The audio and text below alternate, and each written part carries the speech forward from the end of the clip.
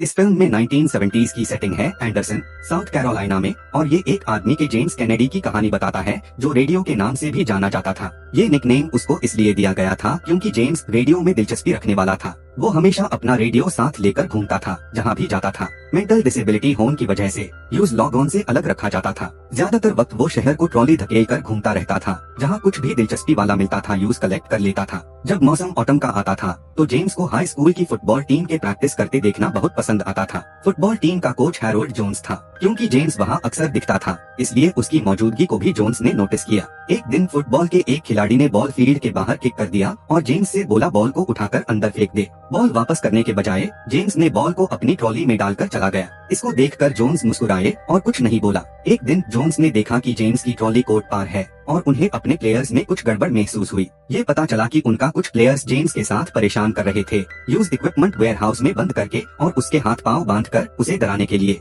Jones ने फिर James को छुड़ा दिया और जेम्स टोरेंट फील्ड छोड़कर भाग गया। फिर जोन्स ने जॉनी और उसके दोस्तों को अगले दिन की ट्रेनिंग के लिए जल्दी आने को कहा। जोन्स के घर पर जोन्स अपनी बीवी लिंडा और बेटी मेरी के साथ रहता था। डिनर के दौरान जोन्स ने अपनी फैमिली को फील्ड में जो हुआ था उसके बारे में बताया और उसे पसंद नहीं आया जो उनके प्लेयर्स ने किया था। अगली सुबह स्कूल में जोन्स को प्रिंसिपल डैनियल्स ने जेम्स के मामले पर डिस्कस करने के लिए बुलाया। डैनियल्स ने कहा कि जेम्स टाउन में कई सालों से है और किसी भी तरह की परेशानी नहीं क्रिएट की है, इसलिए उसने जोन्स से जेम्स का ध्यान रखने को कहा। दोपहर को जेम्स स्कूल के पास से गुजरा और जोन्स ने उसे पास आने की कोशिश की। उसने अपनी टीम के साथ जेम्स के साथ किए गए व्यवहार के लिए माफी मांगी। उसने जेम्स से कहा कि वो फील्ड पार आ जाए और वादा किया कि कोई भी उसे फिर से परेशान नहीं करेगा। उस शाम की ट्रेनिंग सेशन एंड में हुई, लेकिन न के 12 प्लेयर्स, जिसमें जॉनी भी था, को रुकना पड़ा। जोन्स ने उन्हें सूरज डूबने तक दौड़ने के लिए कहा। अगले दिन उनका फुटबॉल टीम येलो जैकेट एक मैच खेला। जोन्स अपने डिटर्मिनेशन के साथ अपने प्लेयर्स को मैच से पहले मोटिवेट किया। उसका स्ट्रैटेजी कामयाब रही जब उन्हें मैच में उनकी जीत की ओर ले गया।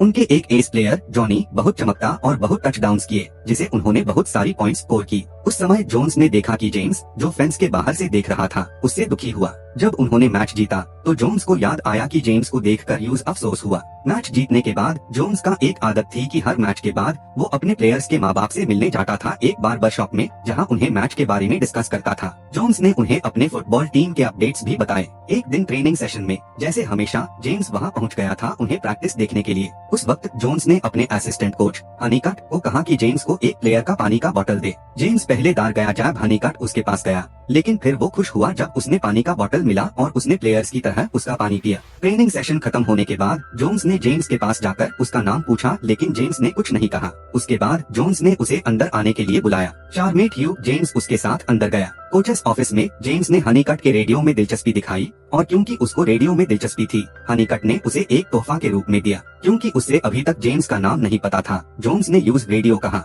उसके रेडियो में दिलचस्पी दिखाने के लिए। बर्गर काट कर और कोला के साथ पाइन के बाद जेम्स को जोन्स के कार में घर ले गया। जब जेम्स अपने नए रेडियो को खुशी से गले लगाते हुए था, जोन्स ने उसे अगले दिन ट्रेनिंग सेशन के दौरान फील्ड पार मदद करने के लिए बुलाया। उसके घर पर जेम्स अपनी माँ मैगी के साथ रहता था, जो एक नर्स थी और अपना अधिकांश वक्त काम में बिताती थी। कोई आश्चर्य नहीं था कि जेम्स हमेशा अपने दिन अकेला बिताता था। अगले दिन ट्रेनिंग सेशन के बाद जोन्स ने जेम्स को अपनी टीम के साथ परिचय दिया। जोन्स चाहता था कि जेम्स के होने से कोई परेशानी ना हो, लेकिन फिर भी उसकी मौजूदगी ने कुछ प्लेयर्स को परेशान किया। ट्रेनिंग सेशंस में ही नहीं, जेम्स को मैचेस में भी ले जाया गया। बिल्कुल उसकी मौजूदगी मैदान के बीच ध्यान आकर्षित करती थी। जेम्स ने सीखा कि वो कैसे जोन्स और प्लेयर्स की मदद कर सकता है और प्लेयर्स ने उसे स्वीकार किया। जेम्स चीयरलीडर टीम से अधिक भरोसा करने वाला बन गया। उसने प्लेयर्स को अपनी ही ढंग से मोटिवेट किया। एक दिन जब जोन्स जेम्स को घर ले जा रहा था, उसने समय निकला और मैगी से बात करने के लिए परमिशन मांगी कि यूज अवे मैच के लिए ले जा सके और स्कूल बस से छोड़ सके। मैगी ने कहा कि ये एक बुरा आइडिया हो सकता है क्योंकि उसको डर था कि जेम्स को परेशानी हो सकती है, लेकिन जोन्स ने उसे आश्वासन दिया कि वो उसका ध्यान रखेगा। उसने भी पूछा कि जेम्स के साथ क्या हुआ। मैगी ने बताया कि डॉक्टर ने सिर्फ इतना कहा था कि जेम्स ज्यादा लोगों से धीमा था। मैगी से ही जोन्स को पता चला कि जोन्स ने हमेशा रेडियो कहते हुए उस आदमी का असली नाम जेम्स रॉबर्ट कैनेडी था। अगले दिन जोन्स को डैनियल्स ने डांटा क्योंकि उसने जेम्स को प्लेयर्स के साथ हाई बस में बिठाने का प्लान बनाया था। डैनियल्स चाहती थी कि प्लेयर्स जेम्स को चिढ़ाए ना और वो चिंता थी कि वहाँ कुछ बुरा हो सकता है। उसने ये भी नहीं मना कि जेम्स को मैचेस में ज्यादा बार आना चाहिए और उन्हें उनके मैस्कट भी बुलाया गया। इस वजह से जोन्स को जेम्स को ले जाने का उसका प्लान कैंसिल करना पड़ा। बिल्कुल जेम्स थोड़ा उदास था। जेम्स ने रेडियो पर मैच देखा। वो खुद फुटबॉल खेलते वक्त मैच का हिसाब लगाता था। दुख के साथ टीम ने हार की थी। अगले दिन कोच जॉन ने जेम्स को लंच के लिए बुलाया। रेस्टोरेंट में जेम्स की मौजूदगी ने कुछ कस्टमर्स को अनकंफर्टेबल महसूस कराया, लेकिन जोन्स को उसकी परवाह नहीं थी। उसने कहा कि कुछ प्लेयर्स ने जेम्स को स्कूल में छोड़कर उसके लिए माफी मांगने का प्लान बनाया था। जेम्स ने कहा कि वो अगले मैच में टीम के सामने का प्रधान माना जाना चाहता है, और इस तरह उसने फुटबॉल टीम के फील्ड पर जब वो प्रधान था,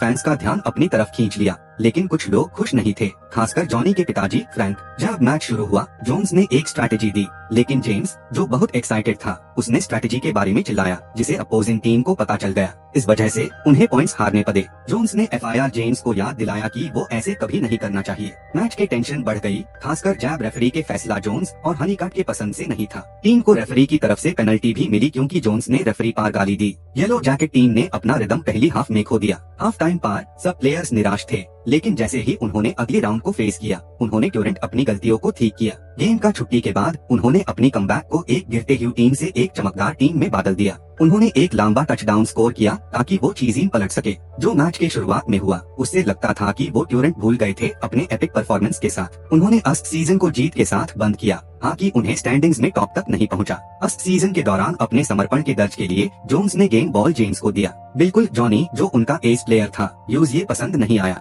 मैच के बाद जैसे हमेशा जोन्स ने बार्बर शॉप में जाकर अपने फुटबॉल टीम के प्रोग्रेस के बारे में एक छोटा सा बयान दिया। जितना कि ये सीजन सेटिस्फैक्टरी नहीं था, उसका अंतिम विजय बहुत मेन रखता था। उस मौके पर फ्रैंक ने आखिरकार अपने विचार व्यक्त किए जेम्स के होने के बारे में। उनके हिसाब से उनका टीम किसी भी परेशानी का सामना नहीं करता अगर जेम्स मैदान में न होता। वो आखिरी मैच इसका सबूत था। पहली हाफ में वो उससे हार गए उसके कारण, चाहे कितना भी आनंदित न हो, जोन्स ने फिर भी फ्रैंक की राय का सम्मान किया। बार्बर शॉप के बाहर उसने हनीकट से मिला और उन्होंने फ्रैंक की राय के बारे में बात की। हनीकट ने सभी फैसले जोन्स पर छोड़ दिए कि वो अगले सीजन में जेम्स के साथ कैसे उठते हैं। जोन्स ने कहा कि अगले सीजन तक आने तक वो चाहता था कि हनीकट जेम्स को बास्केटबॉल टीम में मदद करने दे। हनीकट ने जोन्स के अनुरोध को मान लिया। वही समय पर घर पर मैगी को खुशी हुई कि जेम्स के पास अब कुछ काम था जोन्स के साथ, लेकिन उस रात जेम्स दुखी था क्योंकि फुटबॉल सीजन खत्म हो गया। मैगी ने उसे आश्वासन दिया कि जो भी उसने किया था अपना नाम अखबार में लिखवाने के लिए, वो एक असाधारण बात थी। फुटबॉल सीजन खत्म होने के बाद जोन्स और जेम्स का रिश्ता वैसा ही रहा। जेम्स को स्कूल आने को कहा गया और जोन्स यूज पढ़ाई देना शुरू की, जैसे पढ़ना और लिखना।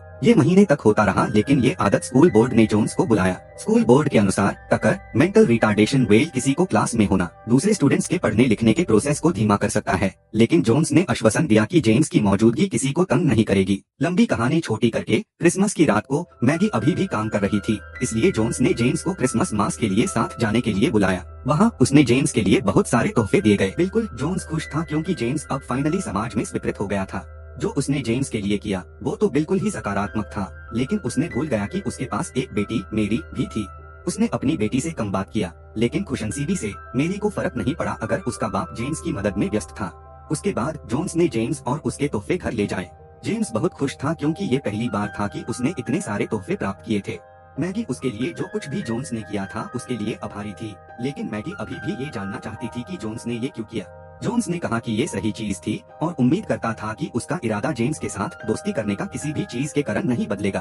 अगले सुबह जेम्स ने उन्हें जो तोहफे दिए गए थे उन्हें पड़ोसियों को बांटने के लिए शुरू किया, क्योंकि उसको लग रहा था कि उसने जो कुछ भी प्राप्त किया था वो ज्यादा था। लेकिन जब वो तोहफे बांट रहा था, एक पुलिस ऑफिसर आया और पूछा कि जेम्स ने ट्रॉली में मिलने वाले सामान कहाँ से लिया। ऑफिसर को शक था कि ट्रॉली में जो सामान था वो चुराई गई वस्तु थी। इस वजह से उसने यूज अरेस्ट किया और पुलिस स्टेशन ले गया। ऑफिसर नया था जो शायद अपने आप को साबित करना चाहता था, लेकिन खुशनसीबी से दो और पुलिसमैन ने उसे पहचान लिया था क्योंकि उनका बेटा येलो जैकेट फुटबॉल टीम का हिस्सा था। जेम्स को रिहा किया गया और टीवी पर बास्केटबॉल मैच देखने के लिए बुलाया गया। ये देखकर जोन्स वहां पहुंचा। नए ऑफिसर की गलती के कारण जोन्स ने उससे जेम्स के तोहफे बांटने तक साथ दिया करने को कहा जब तक वो खत्म नहीं हो गया। घर आने पर जोन्स ने कहा कि आज जेम्स ने जो किया, तोहफे बांटना पड़ोसियों को, ये एक अच्छी चीज थी। जेम्स ने पूछा कि कब वो एफआईआर से स्कूल जा सकता है। उसने चाहा कि वो स्कूल वापस जाए क्योंकि उसका इरादा था कि वो अब स्कूल को अच्छे से समझ सकता है, और जोन्स ने यूज्ड स्कूल भेजने की सोची। जेम्स अब सच में जोन्स का फ्रेंड बन चुका था और जोन्स ने उसको अपना रिस्पॉन्सिबिलिटी समझा लिया था। स्कूल शुरू होने पर जेम्स को स्कूल में स्टूडेंट के रूप में फाइनली स्वीकृत किया गया और उन्हें अक्सर हॉल मॉनिटर ऑफिसर के रूप में नियुक्त किया गया। छात्रों और शिक्षकों को स्कूल में जेम्स के व्यवहार से अक्सर मनोरंजन मिलता था, लेकिन बिना शिकायत के सबको जेम्स पर ध्यान देना मुश्किल था। एक दिन जब जेम्स कोच के कमरे में बास्केटबॉल्स इकट्ठा कर रहा था, जॉनी आया और जब हनीकट नहीं थे, जेम्स को ताना मारने लगा। जॉनी ने कहा कि टीचर जेम्स को गर्ल्स चेंजिंग रूम में ढूंढ रही है क्योंकि उसके पास कुछ कहने के लिए कुछ था। बिना किसी से पहले पूछे जेम्स नहीं जाना चाहता था क्योंकि ये अलाउड नहीं था। जॉनी ने कहा कि टीचर सिर्फ यूज हाई धुंध रही थी और अगर जेम्स नहीं आता तो वो डिसअपॉइंटेड हो जाएगी। जेम्स टीचर को निराश नहीं करना चाहता था, इसलिए वो गर्ल्स चेंजिंग रूम में चला गया जहां उस समय कई लड़कियां थीं।